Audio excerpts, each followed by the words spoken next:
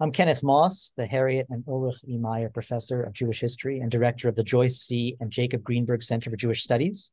With me today is Alireza Dustar, Associate Professor of Islamic Studies and the Anthropology of Religion in the Divinity School, and Director of the Center for Middle Eastern Studies at the University of Chicago. On behalf of both the Greenberg Center for Jewish Studies and the Center for Middle Eastern Studies, I welcome you all to today's special event, a lecture on the Hamas attack and Israel's present war in Gaza, motivations, strategies, politics, and implications, with our guest, Professor Menachem Klein. Professor Klein is Professor Emeritus of Political Science at Bar-Ilan University. He has also taught or served as a fellow at MIT, at Oxford, and the European University Institute in Florence, among others. He has published very widely on many aspects of Israeli and Palestinian politics, society, and political culture, both relationally and internally, so to speak. Among his truly numerous academic publications, I'd like to mention just several of special importance. The Shift, Israel-Palestine from Border Struggle to Ethnic Conflict, first 2010. Lives in Common, Arabs and Jews in Jerusalem, Jaffa, and Hebron, Oxford 2014. Negotiating Jerusalem, Routledge 2017. Arafat and Abbas, Portraits of Leadership in a State Postponed, Oxford 2019. And among many recent publications, he's published several articles of note, including From the New Colonies to the Metropolis, How the One Regime Changes the Israel-Palestine Conflict, and From Shared Muslim-Jewish Holy Sites and Feasts to Exclusivity Claims, the Case of Jerusalem, in the Religious Studies Review. Alongside his many academic engagements, Professor Klein has been deeply involved over the years, when it's been possible to be deeply involved, in various negotiation processes between Israeli and Palestinian negotiators.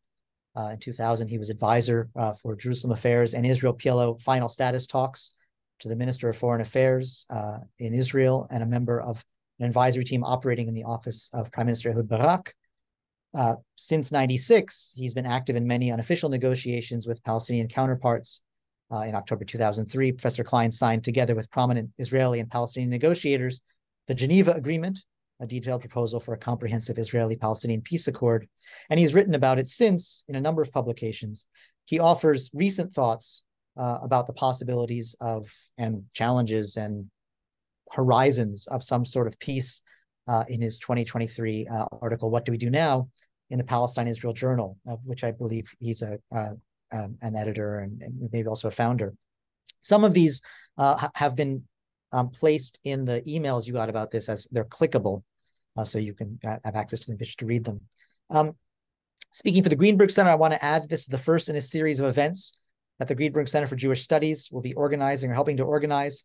Oh, and I'm sorry, and I should add further, Professor Klein's record could keep us all day, but he also writes quite extensively in both Hebrew and English in various parts of the press, including in Haaretz and in 972 Journal and in Sicha Mekomit about current affairs. And indeed, I think we'll be posting a forthcoming article of his, I guess, in the chat about the current events. Now, speaking with the Greenberg Center, I want to add that this is the first in a series of events that the Greenberg Center for Jewish Studies will be organizing or helping to organize, bearing on the October 7th Hamas attack, Israeli responses, the histories embedded in the crisis, and its effects and implications for Jewish and Palestinian inhabitants of the region and for Israeli society. The Center for Middle Eastern Studies, under the direction of Professor Dustar, and he'll talk about this in a minute, will also continue to co-sponsor and co-organize a range of talks bearing on these and related issues, and we urge you to consider attending these talks.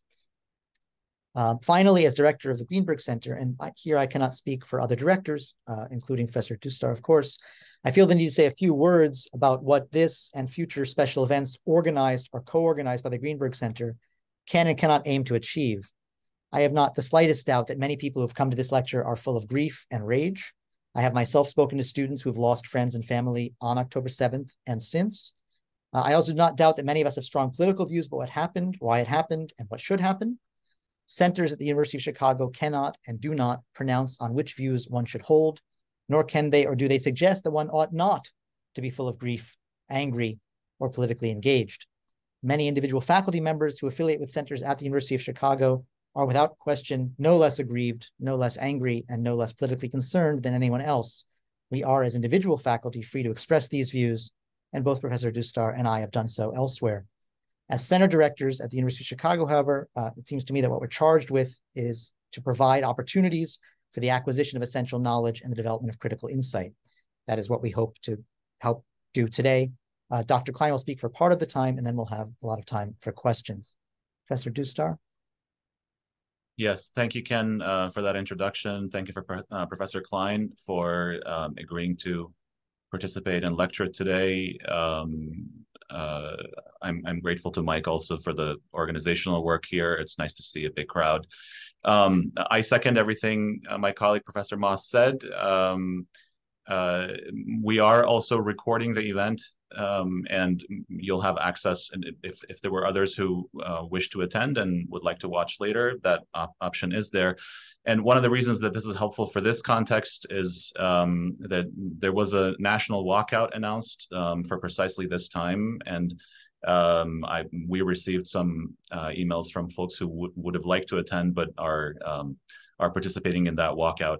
I myself, unfortunately, am one of those people, and it's one of those places where the friction between directing the center and kind of my individual political commitments as a faculty member come into friction with one another. So what I thought would be best to do was to join for the beginning, to welcome our guest, and to announce that this will be recorded. And I have some questions that I've also passed on to my colleague, Ken, so that he can ask afterwards. Again, welcome everybody, and welcome to our distinguished speaker. Well, thank you very much, Ken and Eliezer, for hosting me and for your very kind introduction. I would like to start with reading a post that I published in Facebook shortly after the outbreak of the war. And here is the text. I am not a neutral. As a citizen of Israel, I hurt and cry with my fellow Israeli citizens, Jews and Arabs, the victims of the barbaric attack of Hamas people. Struggle for national liberation does not justify a crime against humanity and war crime. Glorifying the murder and abuse of innocent human beings is a repulsive act. I am not neutral, and therefore, as a human being, I hurt and cry over their killings, injury and destruction of property of the residents of Gaza Strip at the hands of the IDF, the army of my country I am citizen of. No crime justifies another crime. Causing trauma in Gaza Strip will not heal our Israeli trauma. Indiscriminate retaliation between those who have to be brought to justice for their actions and for those who are not involved in committing a war crime is a moral wrong and stain on the right of self-defense. The sovereignty and power that the establishment of Israel gave to Jews does not constitute permission for blind revenge, but an opportunity to show that we can defend ourselves in accord with moral standards. We are not in 1903 in Kishinev, and not in 1929 in Hebron, and not in the Holocaust. We are in a strong, independent country. End of my Facebook text, and I wish to clarify by this text where I stand. Now let's move to what's happening on the ground from an academic point of view. I suggest seeing Israeli leaders' statements on destroying Hamas once and for all, the denazification of Gaza Strip, and changing the Middle East for generations to come in his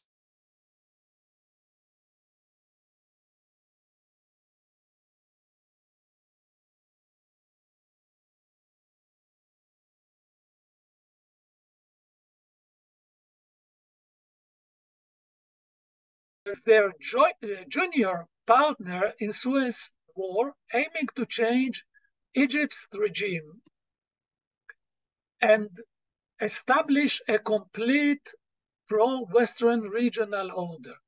Excuse me, Menachem, forgive me. Your sound cut out about a minute ago. So maybe you want to begin the analysis. Okay.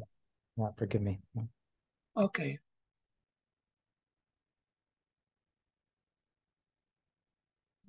I suggest seeing Israeli leaders' statements on destroying Hamas once and for all, denazification of Gaza Strip, and changing the Middle East for generations to come in historical context of Israeli operations to change her Arab neighbor's regime.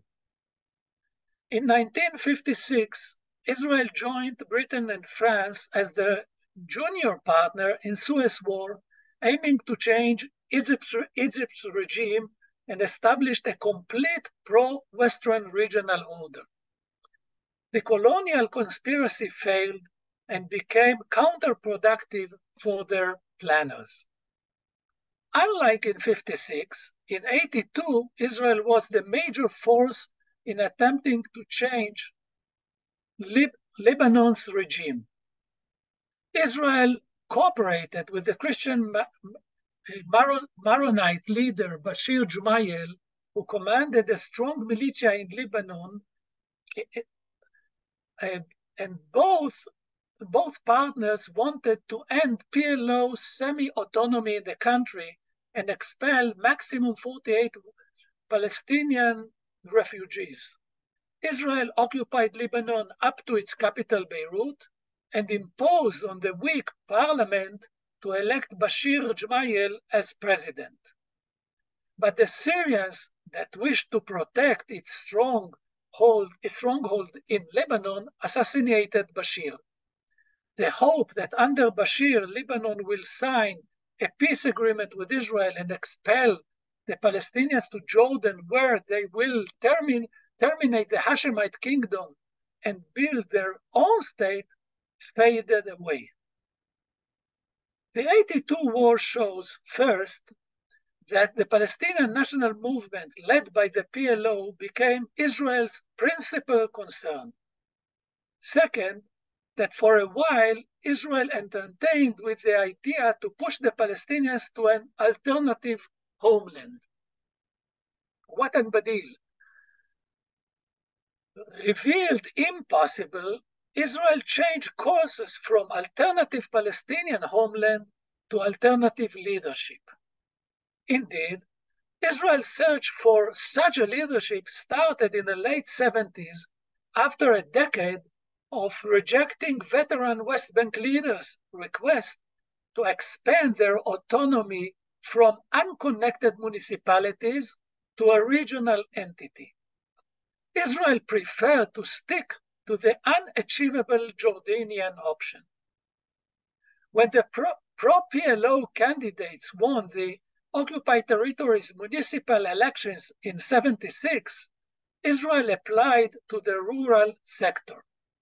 Israel hoped that the Villagers' League it created in Southwest Bank will spill over to the north and incorporate the cities and their adjacent refugee camps that strongly supported the PLO.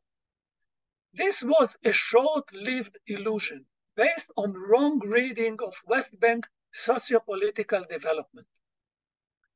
The mass Palestinian uprising in 87 forced Israel to seek for different direction.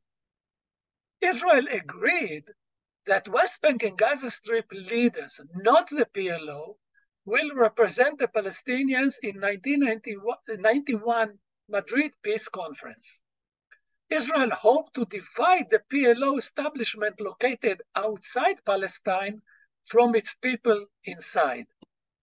Israel also hoped that by including the Palestinian representatives in a joint delegation with Jordan, the peace process outcome will be far from Palestinian independence, probably a limited autonomy under Jordan and or Israel.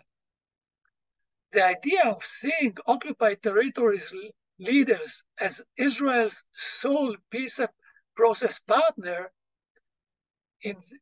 is the other side of an earlier plan to grant autonomy to West Bank and Gaza Strip residents. The autonomy plan was included in Israeli-Egyptian Peace Treaty of '79. Due to their disagreements on the autonomy authorities, Israel and Egypt did not conclude their task. However, Oslo Accords architects incorporated the principle in their '93 document on temporary regime.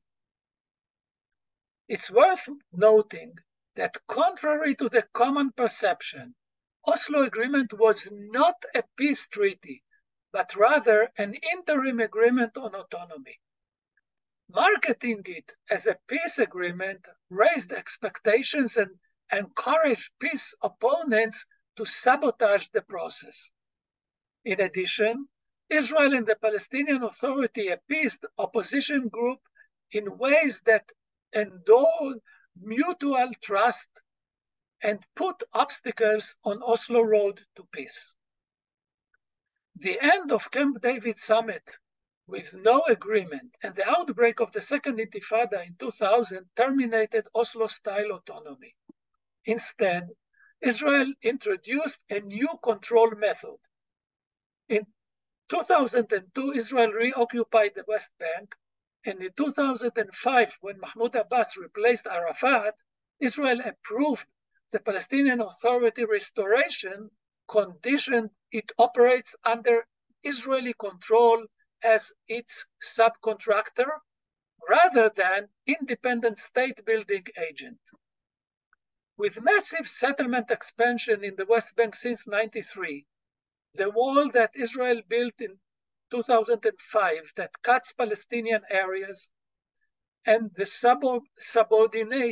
subordinated PA, Israel was able to create a new reality. One Israeli regime from Jordan to the Mediterranean, where the number of Jews and Arab Palestinians is almost equal. The powerful Jewish ethnic group maintains its superiority by dividing the Palestinians to 5 groups: Israeli Palestinians, East Jerusalemites, West Bankers outside the Palestinian Authority control, and those within Palestinian Authority control. Israel allocates each group different set of civil and political rights, while negate others. Gaza Strip residents are closed in its own enclave. In 2005, Israel replaced its direct occupation of Gaza Strip with controlling it from the outside.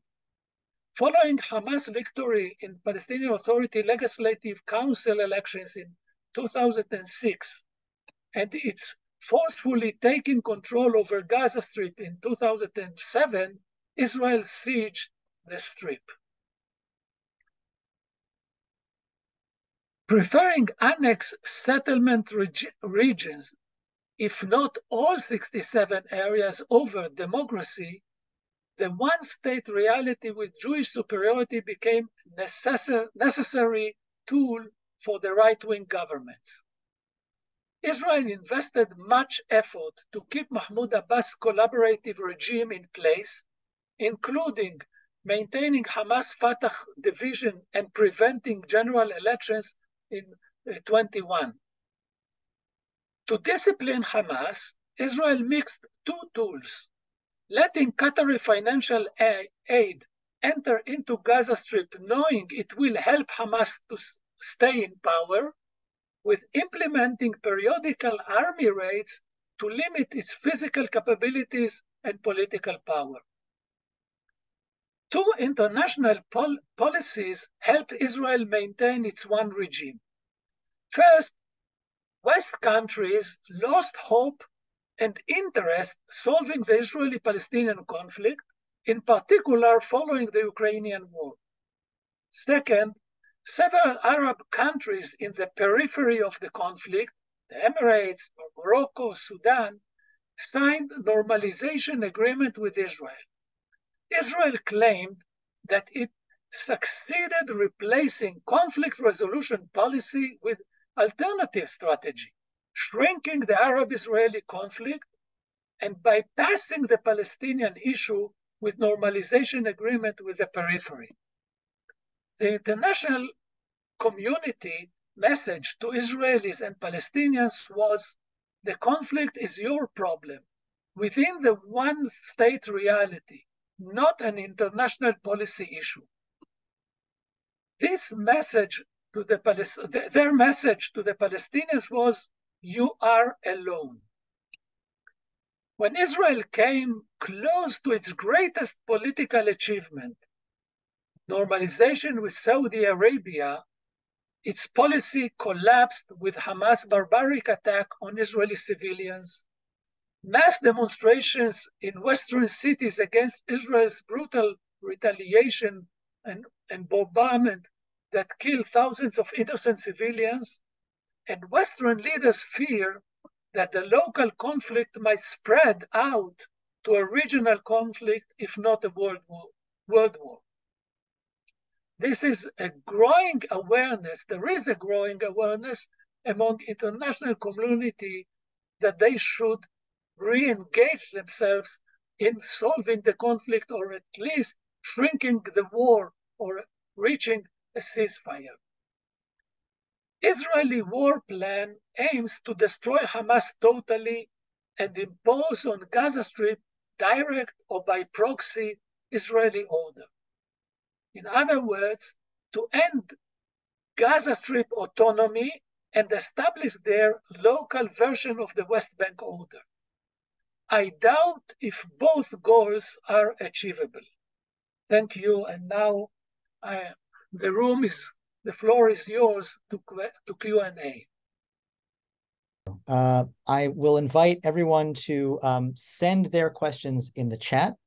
I'll try and be an honest broker and communicate those questions. I suspect there'll be many questions that intersect in lots of ways, and so I may try to channel those into more focused questions. While you're all thinking of the questions that I'm sure are crowding your our thoughts, I'm going to exert a prerogative of the chair, or the double prerogative of the chair, because I'll also actually start with a question from Professor Dustar, and he writes, and I read his question to you, Professor Klein. In an article in Local Call, translated to English for Plus 972, the journal Plus 972 in July, you, that is Professor Klein, described a, quote, civil war brewing between supporters and opponents of Netanyahu's judicial overhauls. Where the civil war concerned Palestinians, the two sides to this conflict did not seem to offer much hope in your analysis. On one side was a right-wing camp wishing ultimately to, quote, and he quotes you, annex the settlements and permanently close off the Palestinians in autonomous West Bank enclaves, end quote. And on the other side were liberals who could at best wish for a return to what you called the illusion of, quote, the illusion of a Jewish and democratic state that, quote, within the quote, temporarily holds Palestinians under a brutal military regime, end quote. And so Professor Dustar continues, if this was the dismal state of things before October 7th, where, if anywhere, do you see the possibility of hope for movement on the question of Palestine and a political solution after October 7th? Is there any reason for such hope within some sector of Israeli politics and society? What about in Palestinian society, whether in the 1948 territories or in the West Bank and Gaza, presuming there will still be a Gaza to speak of? He continues, or are we better off seeking such hope in the US, perhaps through a gradual shift in the attitudes of the Democratic Party, as some demographic changes might be pointing to in the long run, or, he concludes, is there no hope at all? So, yes, going right to the easy questions. Yeah. Okay, so I will answer briefly in order to leave enough time to other questions. Now, in the article that is forthcoming, will be on air later this evening, I compare the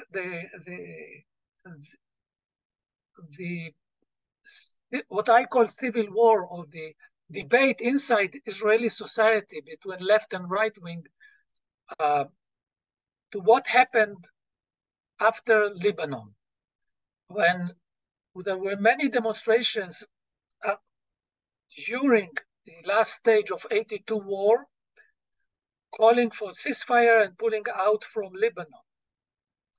A hand grenade was thrown on one Peace Now demonstration, killing one person and wounding others. This may happen.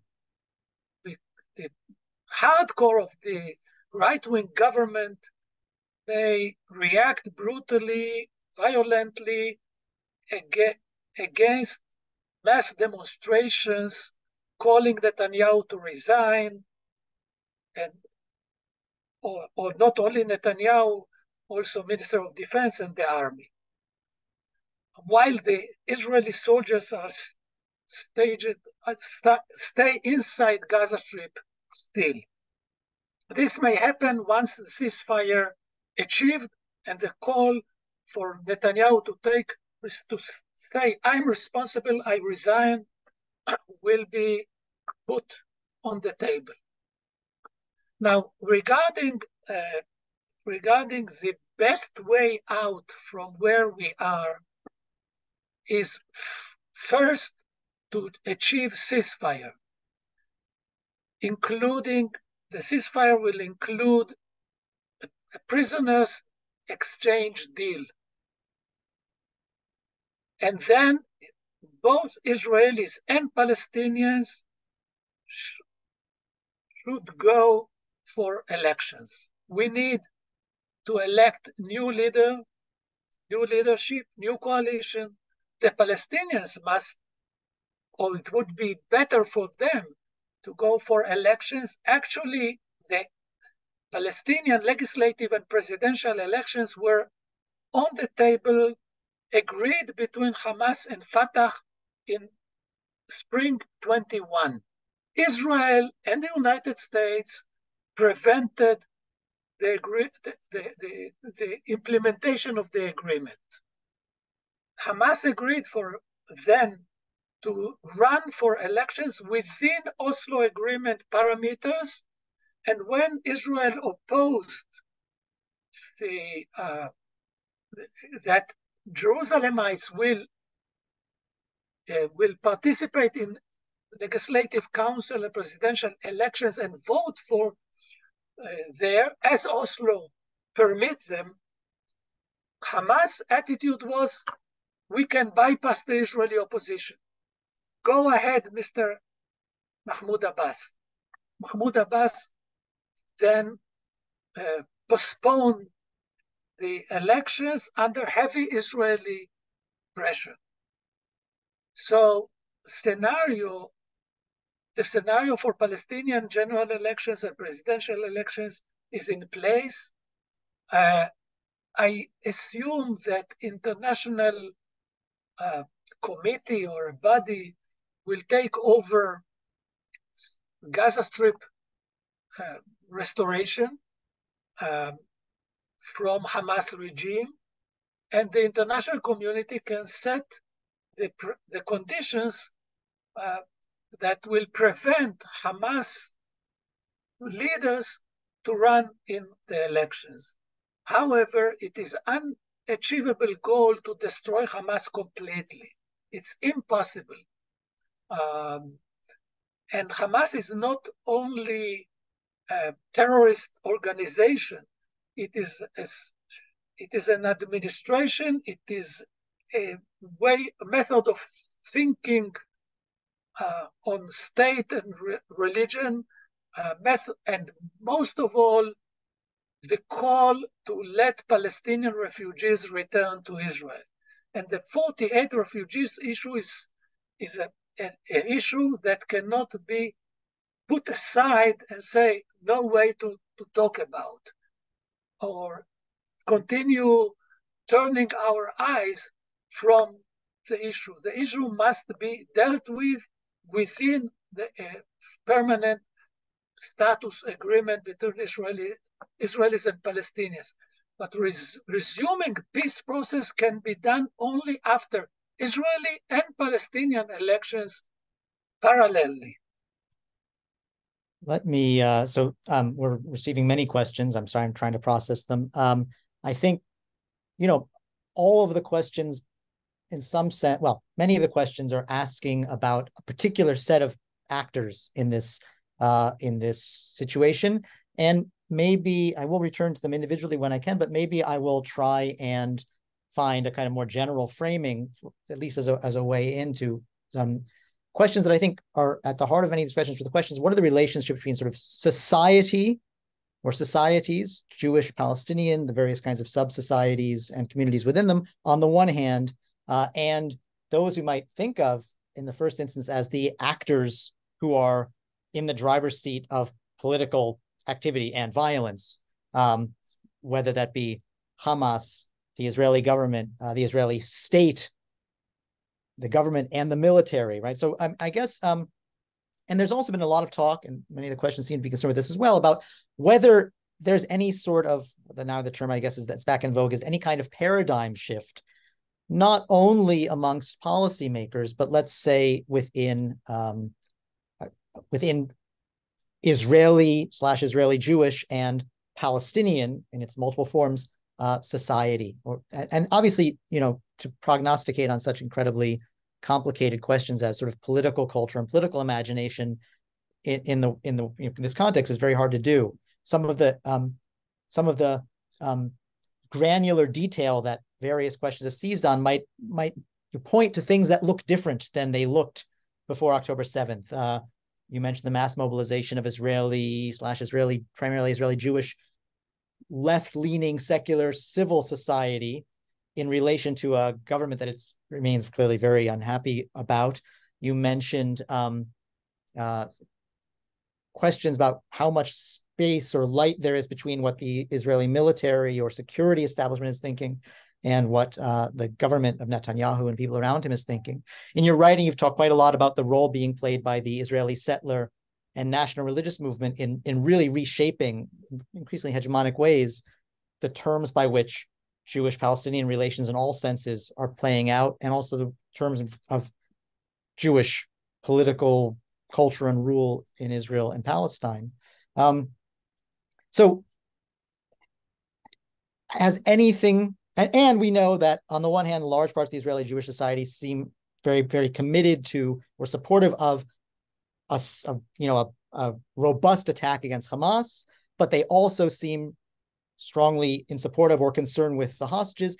And there seems to be robust dissatisfaction with the government, but maybe also the military. So these might be new things. How do you begin to think or help us think about whether anything in the political imaginaries of the various actors and societies have shifted? Okay, I know, or I have much more information about the Israeli society than what's going on in Gaza Strip or the West Bank, because the West Bank is closed and under a very tight Israeli supervision, disconnecting cities and towns, and people are afraid being attacked by Jews, settlers, or even coming to work from East Jerusalem to West Jerusalem. Bus drivers, for instance, many of them stay at home, living in East Jerusalem. They are afraid being beaten or hurt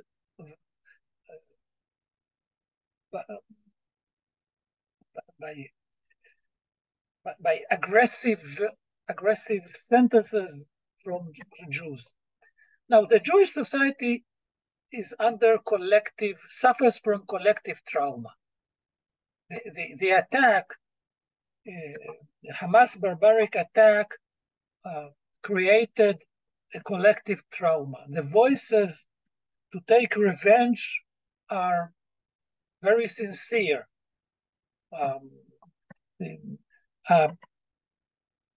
The trauma also brought up collective memory moments in our collective memory. As I said in my Facebook post, most of it, people that are, let's say, Arab Jews or Oriental Jews express Holocaust Shoah fears in Facebook, for instance. So the Holocaust fears were transferred to them not through family experience and origins in Europe during the Second World War, but through the collective atmosphere, education system, and so on. So this is one paradigm shift that safe Israel is now perceived as much less safe and under existential threat. The army speaks, the Israeli army started speaking on, we are not in Yom Kippur war, as many presume, but we are in 48 war. The settlers, or the extreme sector within the settlers, they immediately put in Facebook and in the public domain plans to build 3 settlement cities in the reoccupied Gaza Strip. For them, this is what we must do. Not build small settlements. The paradigm shift of the settlers is to move from building small communities to 3 big settlement cities that will cut the Gaza Strip into 3 sections, and the cities will control the area and actually duplicate the one regime or the de facto annexation of the West Bank to Gaza Strip. Now, the Hamas attack also shocked Israeli Palestinians, or what is also known as Israeli Arabs. They started wondering which kind of paradigm shift they should develop, or which direction they should go, whether the national movement is dead or Hamas attack destroyed any hope for self-determination, probably, or how can we move ahead? What will happen? This is one set.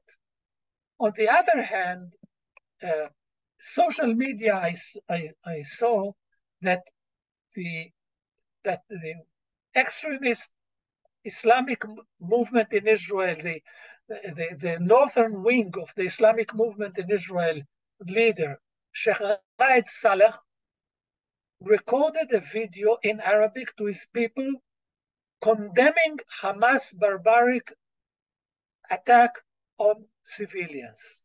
Sheikh Raed Saleh, not so long ago, was let out from Israeli jail. He was sentenced because of his radical views. Now he preaches publicly against Hamas' barbaric attack. This is a kind of a paradigm shift within the Islamic movement, the northern wing, which is radical and much more radical, really radical, and very different from the southern wing that its Knesset member,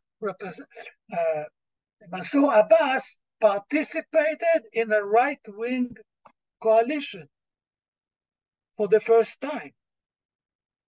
So there are different, it's too early to see where all this goes, but you see that from different directions, people, groups seeking, okay, so what is the lesson that we should learn from this?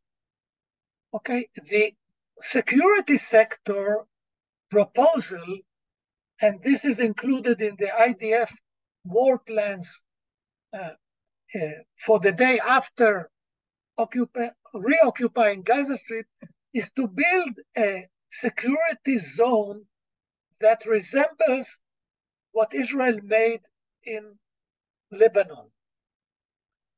So the security stick to previous solutions, but nobody at the moment, or very few people, think that we must leave security zones, one state reality, and try to move towards two-state solution or to political solution, to find a status solution, and prefer the political track rather than the sheer force power track. With the help of the international community, the Israelis public and administration and agencies are under trauma and they cannot think. Here, what I see as a positive starting point is the international community acknowledged that leaving the Israeli-Palestinian conflict undealt with was a huge mistake. They must regain interest in dealing with it. How, when, why, I don't know. But this is a very positive starting point. If they want that, if they prefer that Israel will not rule directly the Gaza Strip, the reoccupied Gaza Strip, they must enter in and manage Gaza Strip for a while. They can invite West Bank PA to help them.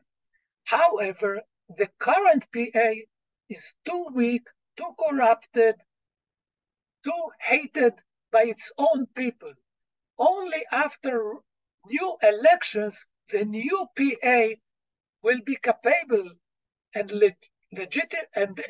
enjoy legitimacy to enter into Gaza Strip.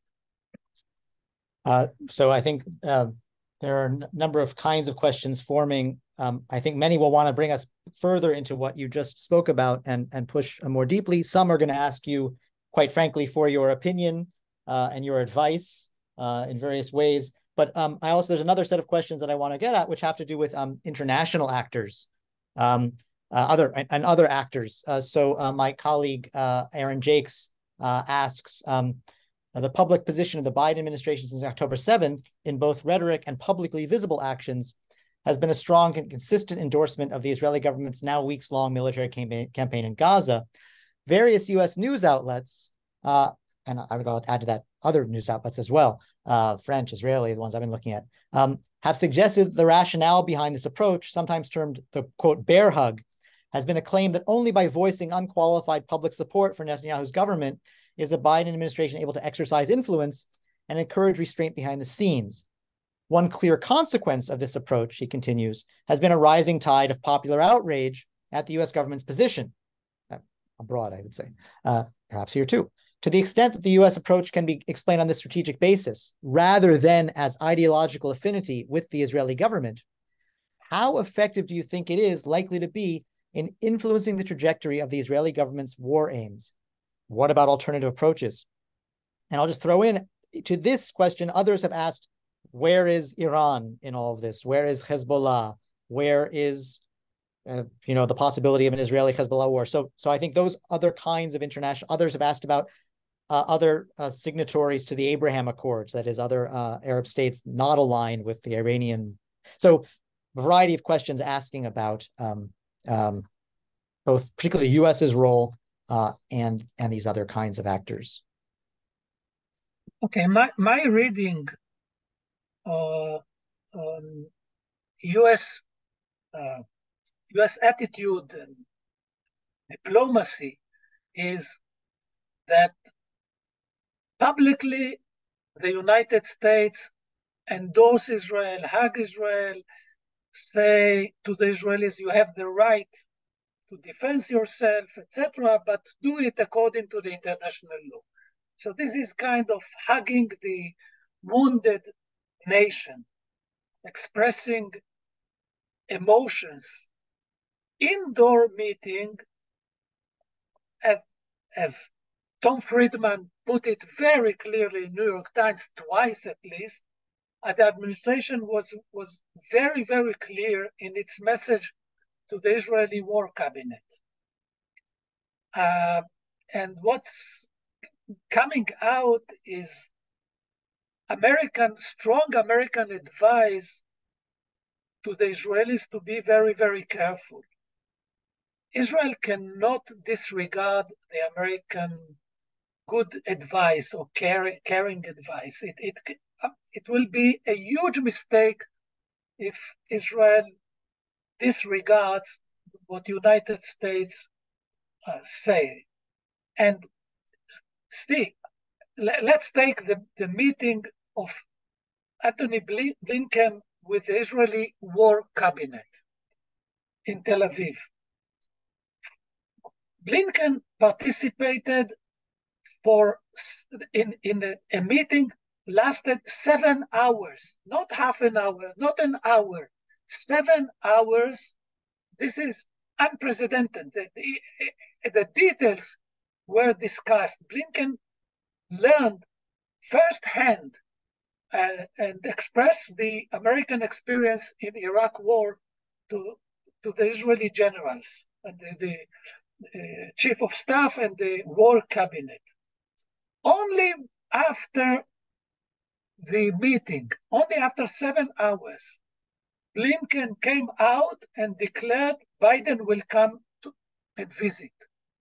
So Biden's visit was conditioned in Israeli war cabinet accepting what Blinken message.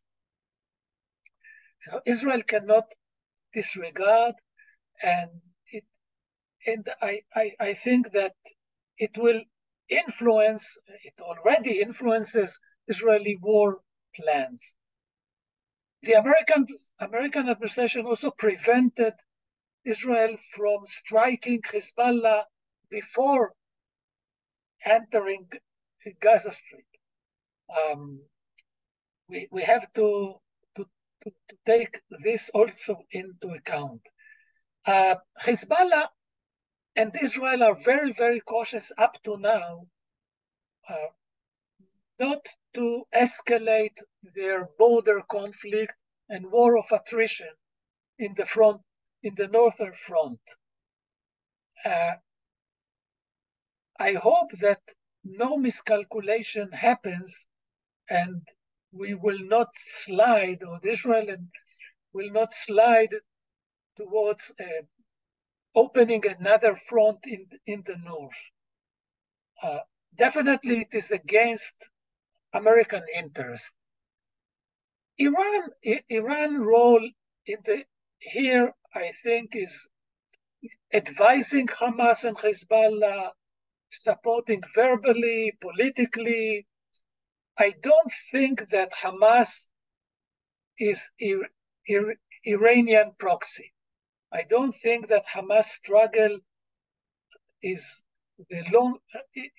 Hamas functions as a long arms of Iran. Hamas has its own reasons why to fight Israel and its own causes. It got helped by Iran, definitely, but it's not a proxy of Iran. Hezbollah is more connected to Iran, and Iran and Hezbollah have a special relationship, but also Hezbollah has local concerns. I think that Iran has an interest to keep Hezbollah as its local agent in Lebanon. So up to now, And I also want to add something that maybe it was not published. I did not see it in Israeli media. My time is limited. I cannot follow up the international media. Rockets launched from Lebanon towards North Israel were launched by Hamas activists in South Lebanon. So anti-tank missiles are made by Hezbollah, launching anti-tank missiles against Israeli army posts is made by Hezbollah, no doubt about that. Hezbollah published it. The rockets Hamas takes responsibility for launching rockets from South Lebanon. So Hezbollah is very, very careful not to launch its arsenal, which is much greater and much more dangerous to Israel and destructive to Israel. It's a rocket arsenal, not to involve it in the northern front and the war of attrition or border war between the sides. This is a game that the sides play. It may escalate, but up to now, they manage it carefully, and also Macron, with transferring message to Lebanon, played a role here to limit the conflict.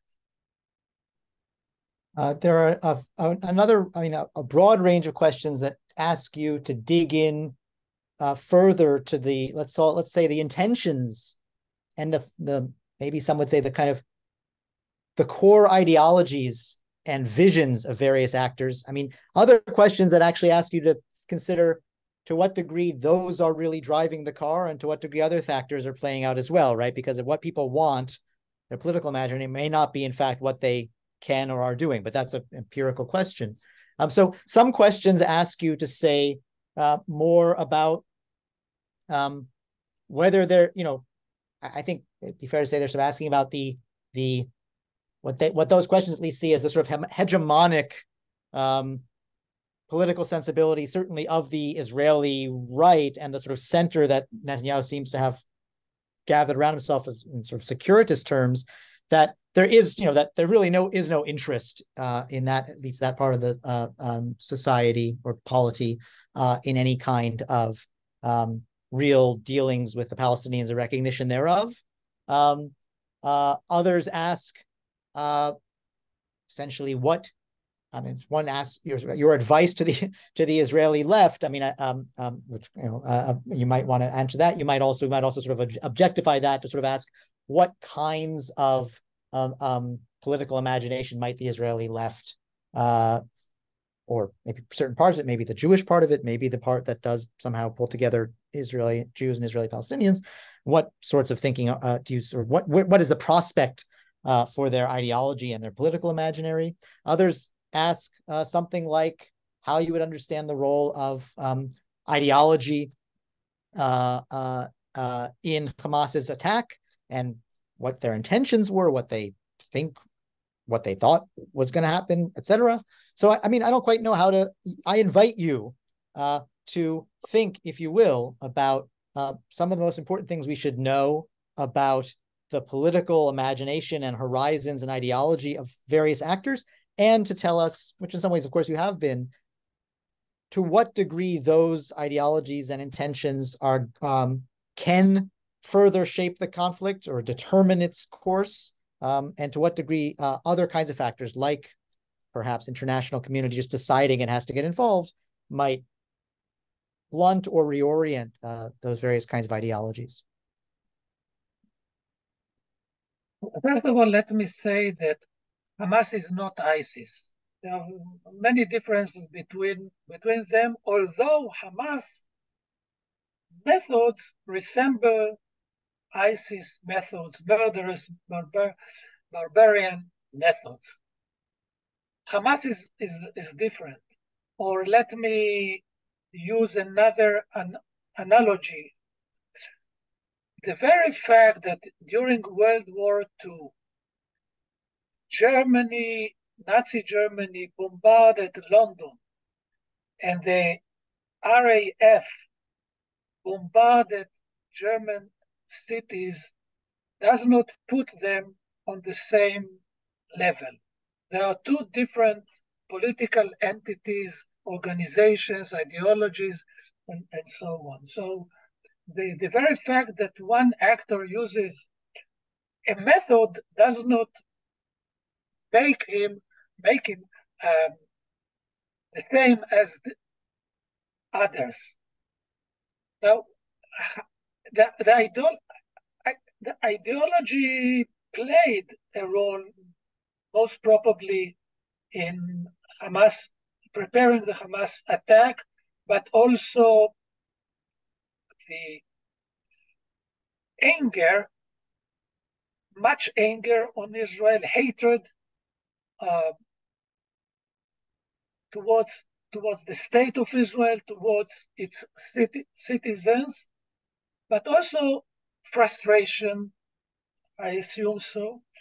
And it was not implemented only by armed forces, but also by Gaza Strip individuals, average citizens that went inside, killed, and brutally treated Israeli civilians. It will be very, very difficult to disregard it. So the management of Gaza Strip must be taken from Hamas hands and transfer it to an international coalition and agencies. Can it be done without Israeli ground raid? I don't know. Maybe it can be done first in South Gaza Strip, where about 1 million Gaza residents moved. It's worth thinking of. Now, regarding the Israeli imagination, I think, as I said, Israeli war plans and this government hopes is to re-establish the order that Israel put in the West Bank of a de facto one regime. Find a local agent that will subordinate to Israel and rule Gaza Strip on its behalf, maybe together with international agencies, and so on. Israel, the official Israel, and the Israeli society in general, and most of the, let's say, the left-wing parties, they cannot at this moment, under this traumatic event, cannot think politically. To operate the political imagination. I try to do my best by suggesting elections. I supported elections in Palestine in 21 and much earlier. The Palestinian elected institutions are destroyed, not by Israel, but by President Mahmoud Abbas' way of operational method. There is no political community. There are no political institutions, operating political institutions in the West Bank. The Palestinian community is paralyzed,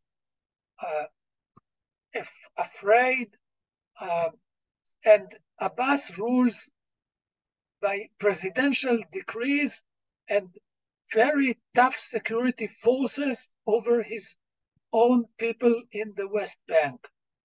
His authority is vanishing. He is done. For, I think, a decade, Palestinian public opinion, 75% of the Palestinian public call Abbas to resign. He agreed to go for elections, both presidential and legislative council, and we should start from this. New leadership must replace Abbas. If a prisoners exchange is done, most probably Marwan Barghouti will be included. According to all public opinion polls, Marwan Barghouti beat any other candidate, including Hamas leaders, in presidential elections. I think that Israel should build on this and not veto Marwan Barghouti running into presidential elections. Let the Palestinians elect their leadership. Let them build their own institutions. There is no other way that Israel can for long control the Palestinians. Between Jordan and the Mediterranean, there is an equal number of Jews and Arabs, and Palestinian Arabs. It's impossible to maintain Jewish majority and democratic institutions. It's impossible. The present right-wing government in Israel opted for ruling and living with a serious democratic deficit inside Israel. Actually, in my view, the regime change that Netanyahu government introduced is a must for all parties if they want to keep control the West Bank and Gaza Strip. It is a must. So it's either or. Well, let me jump on that point because I think some people want to hear more about that. I mean, one way to think about that, many scholars, you and Greenberg and many others who are sort of scholars that think about the intersection between sociology, society and polity within Israel and within this sort of single state structure that Israel has now spread over Israel within the 6-7 borders, the West Bank, and in a certain complicated sense, Gaza, is that, for a very long time, maybe since the 80s, there was a kind of stability in the Israeli, or at least in the Israeli Jewish polity.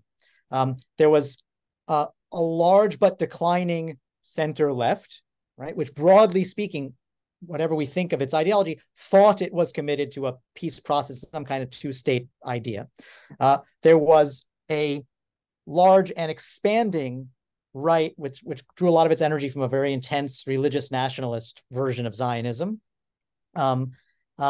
There was a kind of securitist center, right? That, and of course, that's a very simplified view. Obviously, it excludes altogether Israeli Palestinians. It doesn't really think about Haredi Jews, who are actually an important player in electoral politics and part of the current government.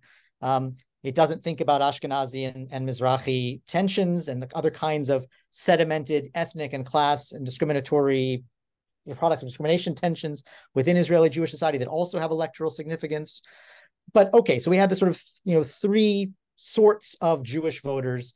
And one of the things that was also seemed very clear is that Netanyahu, who's been sort of the head of successive governments for most of the last, at this point, 25 years, since the mid-90s was able to sell the argument to most of the centrists, so-called the securitist voters, that Netanyahu, can ensure prosperity and security and safety for Israeli Jews, at least, and without any other negotiations or compromise. So that's sort of one way that we could imagine things were like. Another way, though, and you yourself written in these terms, has been in terms of a much more bifurcated structure of Jewish politics, and one bifurcated on a profound line of division between sort of a world of the broadly speaking secular liberal national, if that's the term, some terms are thrown around, and a right wing that in some ways was much more hegemonic, much more successful in setting the terms of political life and cultural life in Israel and also into the West Bank, obviously. And I guess so. And that was certainly one reasonable way of understanding the protest movement within Israel as really that bifurcation, no longer this tripartite structure. So there's a couple of things that seem to emerge from this that we can ask. On the one hand, it does seem like Netanyahu must have lost his aura of being this, security mastermind, right? There seems to be very strong anger that reaches into his base, or at least parts of it, against him and his government. So you could imagine that would sort of revive the securitist idea, right? And we see someone like Gantz who embodies that kind of old security and army man ethos. And, in polls, it looks like his party would win much more than the Likud sort of coalition. But you could also say people have doubts about the army itself, which was sort of one of the last sacred cows within the Jewish part of Israeli society. And you yourself have written about this. And you could also say, so what? The core of the right wing within Israeli Jewish society is absolutely committed, maybe messianically committed to its views. And there's nothing about what's happened that it will cause it to desist in any way from its projects. So how do we begin to think about what kind of political, sociological, and then even electoral impact can emerge from these multiple data points and processes? Okay, it's a prediction. Okay, it's a guess. For the short run, I think that achieving more security through using force or relying on the IDF will prevail. But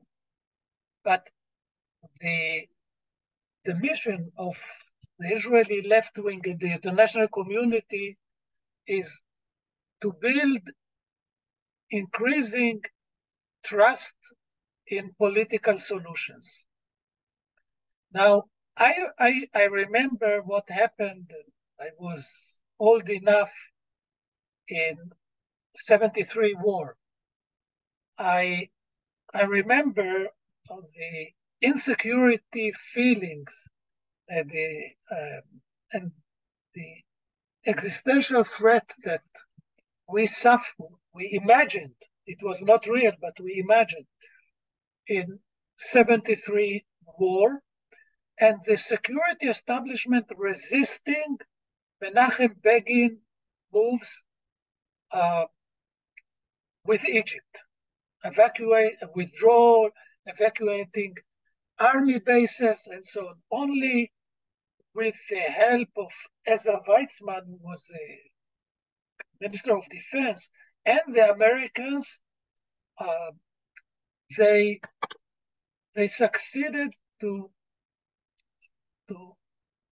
minimize Israeli security concerns and role in decision making. But Menachem Begin thought politically.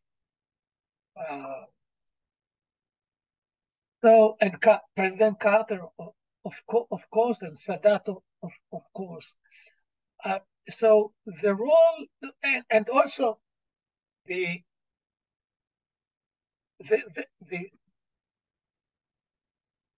when Sadat landed in Lod Ben Gurion Airport in 73, people thought that once the aircraft door opens, Egyptian army soldiers will come out and kill all the Israeli cabinet that waiting for Sadat to step down and shake their hands. So this was in the imagination. So The international communities, and in particular United States, must work with Israelis to build greater trust in political solutions that will provide more security than army forces raiding or controlling the Palestinians that are 50% of the total population between Jordan and the Mediterranean. We must learn the lessons of the Balkans. It's in principle, the conflict between Israel and Palestine is similar to what happened in the Balkans. We can go back and ask whether it is the roots are of this. The two conflicts are rooted in the Ottoman Empire time period or not. What are the common denominators between the Balkans, Turks and Turkey and Greece, Cyprus, Lebanon, Israel? I just suggest seeing it this way. I think that there are many similarities if we look on it this way. But there is an agreement in the Balkans. The relations are not ideal. Tensions is still there. Small local conflicts evoke once in a while in the Balkans, but it is much better than bloodshed. We must acknowledge what is the alternative. And the goal should be less bloodshed. Peace treaty between Israel and Egypt was achieved only 4 years after the Egyptian heavy army attack in 73 war. And it works. It still holds. Since then, Israel occupied Lebanon up to Beirut, destroyed 2 nuclear reactors in the Middle East, implemented many attacks in the Palestinian territories, entertained the idea to have a preventive attack against Iran, and still the peace treaty with Egypt holds, peace treaty with Jordan holds, and normalization agreements achieved with the periphery countries, discussed also with Saudi Arabia. I do think that political agreements are much better than ongoing wars and conflict and bloodshed. So you mentioned Jordan and Egypt. Some people have wanted to ask about their role, and these questions have been framed in several ways. One is to ask about their role and their as governments and states and also societies. There's also been a question based on reporting in the Egyptian press about really more what Israeli military and maybe political military visions are or have been. And there's some reporting that suggests there's been a very serious long-term thought being given in some parts of the Israeli military establishment or the government to mass expulsion of Gazan Palestinians into the Sinai, the Egyptian option. So how do you understand these various actors? And then how do you understand also what the military within Israel, what's the relationship between sort of various military visions and plans and the government and what it's willing or unwilling or able and unable to do? Mass expulsion, both Jordan and Egypt clarified very powerfully to the Israelis, mass expulsion is impossible. This is impossible. Also, in Jordan and Egypt, there are mass demonstrations against Israeli bombardments in Gaza Strip, against the Israeli retaliation in Gaza Strip. As in Western capitals, Israel cannot ignore these mass demonstrations and create even worse humanitarian crisis in Gaza Strip. It will not hold.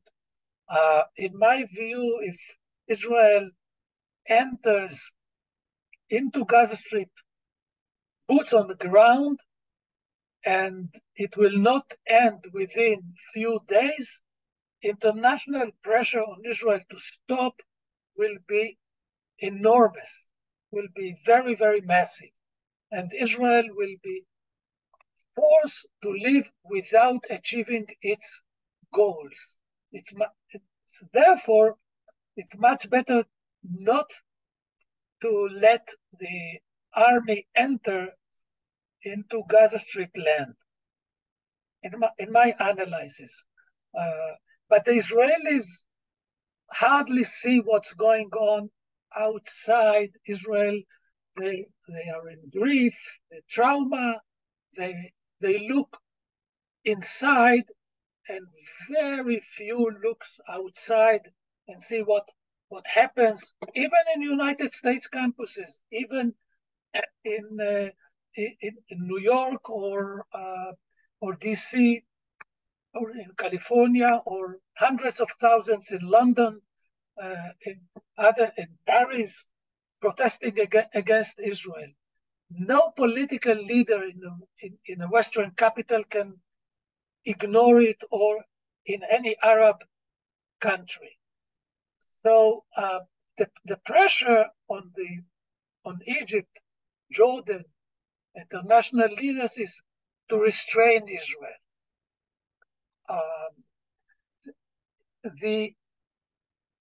And I think more so, they will be pushed to intervene and to be part of the day after solution. The solution the day after. What happens in Gaza Strip the day after? Gaza Strip cannot be divided from the West Bank. It's impossible. See, in the West Bank there is unrest. Northwest Bank actually revolt against both Israeli occupation and Mahmoud Abbas Abu Mazen regime. The Northwest Bank, the last few months, Israel invests much more forces in holding Northwest Bank than ever. Actually, soldiers that were deployed in the south opposite to Gaza Strip were moved during the high holidays and the Jewish holidays to keep order in Northwest Bank and divide between violent settlers and Palestinian civilians, and also deal with armed groups in Northwest Bank that use arms and shoot on Israeli soldiers and settlers. The Palestinian Authority could not enter or use its force in Northwest Bank. So it's impossible to hold the two areas when the Palestinians revolt, either non-violent revolt or using arms and attack civilians. It's impossible, and therefore the international community role is to show and convince Israel that the way out is to achieve a political settlement and let the Palestinians reorganize their political institutions with the help of the international community. It cannot be done otherwise. The role of international communities, in my view, is not just bringing fuel or food or funds to Gaza Strip and to West Bank. It's to show and to work towards, together with the sides, towards a political agreement between the two sides, very, very closely to work with them, not leave the two sides to struggle. It can go out of control. So I think you've been very generous with your time. So last question follows immediately on that. You lay out a logic that makes a lot of sense, but is the current, one question that follows from that for one of our questioners is the current Israeli government, or whoever's running the show, the government and the military maybe, are they, if the population is not pushing for a coherent political horizon for reasons that have everything to do, as you say, with the trauma of the October 7th terror attacks, and the people in charge are not, in principle, in favor of all this, are they going to be responsive to the international community? Should the international community actually undertake, if the international community actually undertakes this kind of robust intervention? Okay, so the first step of the international community that, in my view, I recommend the international community to take is prisoners exchange and hostages release, not only those who have non-Israeli passport or citizenship, but everybody, and ceasefire, immediate ceasefire. And then inside Israel, many people say, once ceasefire signed, agreed, we are out in streets demonstrating for general elections, and the government resign. Bottom-up pressure.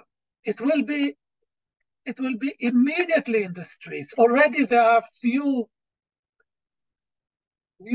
individuals, small groups that demonstrate next to the headquarters, the army headquarters, the Ministry of Security headquarters, government headquarters in Tel Aviv, next to the president's house in Jerusalem. So the anger that inside the Israeli public is great. The frustration. They want elections. They want different leadership. This leadership failed. A new leadership that achieved legitimacy from the people in Israel, and a new leadership that achieved legitimacy and majority support vote in Palestine. These are two things that the international community can work with. The international community cannot work with Netanyahu because Netanyahu and this government has no authority. Mahmoud Abbas has no authority. The current Hamas leadership lost everything, every credibility, every authority vis-a-vis the international community, Israelis, and I assume also many Palestinians, as I said, including radical Muslims or Muslim religious movements, political religious, national religious movement inside Israel. So we need a political reshuffle through elections, not nominated by outside forces, not a person that Israel chooses for the Palestinians. It will not work. It's a colonial method. It cannot work.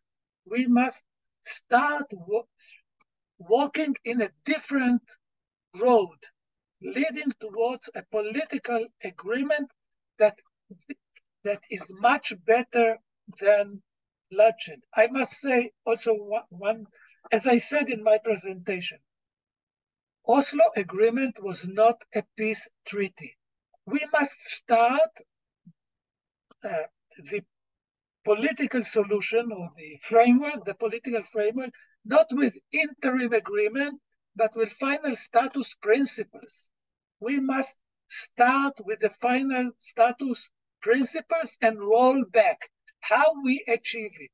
Unlike what happened in Oslo, Oslo was an open-ended process that was destroyed from within. Born failed. We must start just the opposite. The international community and the two actors must lay down the principles of the final status agreement and then think how we get there exactly from where we are. So it's impossible to jump at once to the final status agreement. But once we know where we want to go, what we want to achieve, what we want to build, then we can find the best road to get there. This was not the case in Oslo. So Oslo is not an evidence that peace process failed. Oslo was not a peace process. It was a limited autonomy that was born failed. Well, on that double-edged note, there are many other questions that should be addressed, and I will simply, first, I want to just tell everyone who's still on the call, do keep an eye out for other lectures that will speak to this, unfortunately, very ongoing issue. The Greenberg Center will be organizing some. The Center for Middle Eastern Studies will be organizing some. Others at Chicago are organizing lectures. So there's a lot of opportunity to revisit these questions. And it remains, I think, only to thank Professor Klein for his time and energy and a clarity of vision in a very complicated situation. And I urge you to take a look at his publications and join me in thanking him. Thank you, Professor Klein. Well, thank you very much. And everybody is invited to write to me as a follow-up. I will try to answer any question that we did not have time to deal with. Thank you.